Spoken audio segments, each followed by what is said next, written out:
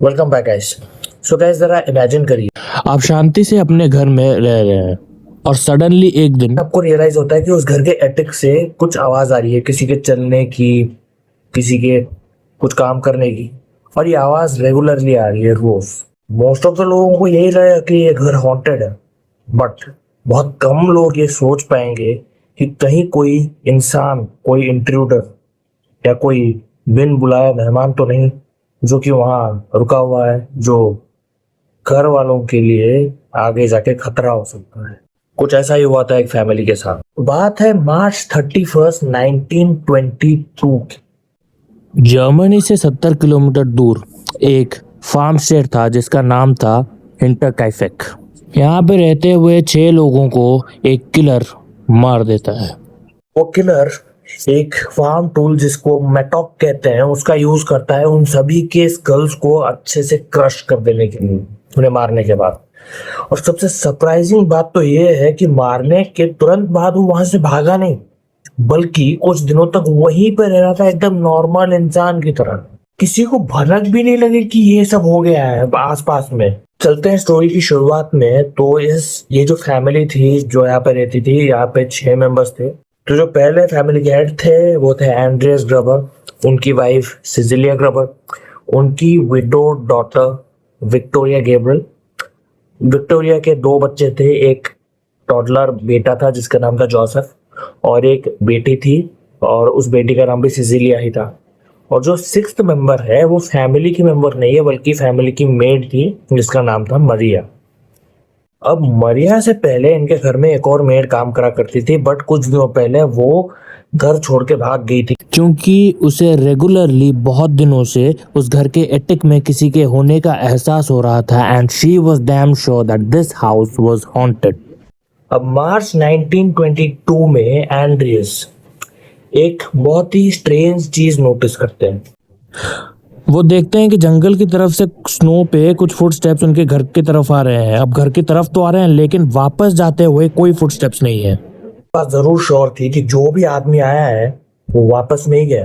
वेंडियस को भी अपने एटिक से कुछ आवाजें आने लगी थी, स्क्रैचिंग की, चलने के एंड ऑल। और इस वजह से वो थोड़े परेशान भी थे। एंड स्ट्रेंजली एक दिन घर की चाबी भी गायब हो जाती है और उन्हें घर के अंदर से एक ऐसा न्यूज़पेपर मिलता है जिसको उन्होंने कभी मतलब मंगवाया ही नहीं था, वो यूज ही नहीं करते वो न्यूज़पेपर। पाता है वही क्राइम का दिन। तो उस दिन वो किलर जानबूझ के बांध में एनिमल्स की कुछ ऐसे आवाजें कुछ डिस्टर्ब करके उनको, एनिमल्स ऑब्वियसली आवाज क्रिएट करते हैं उसकी वजह से, और आवाज की वजह से पूरी फैमिली उठ जाती है।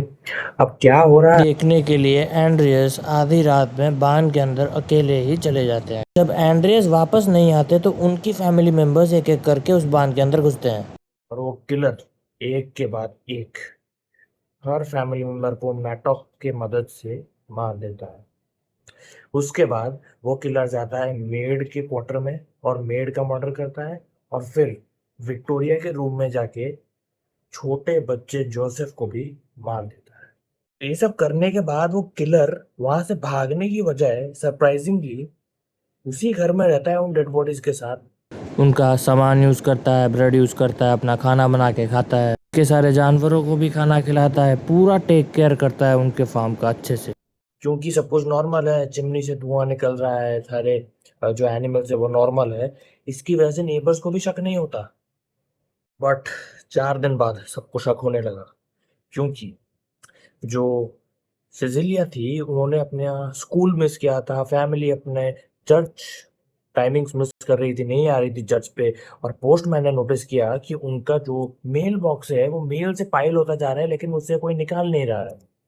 तो इसी डाउट की वजह से एक बहुत ही वेल्दी आदमी जो जो था उनके नेबर का, कुछ लोगों को इकट्ठा करके वो गया उनके घर पे सर्च करने के लिए कि क्या हुआ है।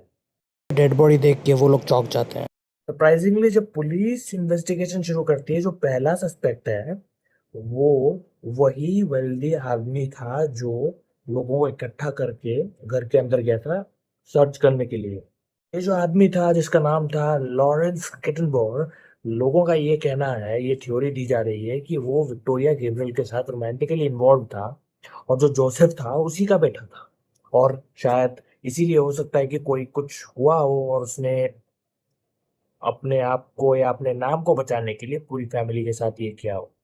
कुछ लोग ये भी कहते हैं कि इस काम के पीछे कार्ल गैब्रिएल हो सकते हैं, जो कि विक्टोरिया गैब्रिएल के पति थे, जिनको माना गया था कि वर्ल्ड वॉर के टाइम पे शहीद हो गए थे, लेकिन शायद किसी वजह से बच गए और उन्हें विक्टोरिया के अफेयर का पता चल गया लॉरेंस के साथ और उन्होंने गुस्से में आके ये किया।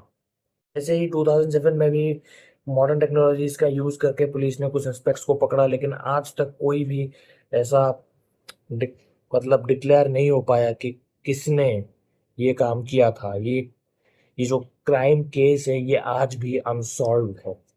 जब ये लोग घर में घुसे थे तो पहले तो उनको लगा कि कोई चोर घुसा होगा और चोरी करने के बहाने या फिर चोरी करते हुए पकड़ा गया इसलिए उसने ये सब किया, लेकिन घर से एक भी चीज गायब नहीं हुई थी, कोई भी सोना चांदी पैसा कुछ गायब नहीं हुआ था। तो चोरी का केस तो बिल्कुल भी नहीं था। So guys, this was the crime story. I hope आप लोगों को पसंद आई हो। अगर पसंद आई तो प्लीज़ लाइक करिए, कमेंट करिए कि आपको और क्या इम्प्रूवमेंट्स चाहिए, एंड प्लीज़ सब्सक्राइब करिए चैनल को। Thank you.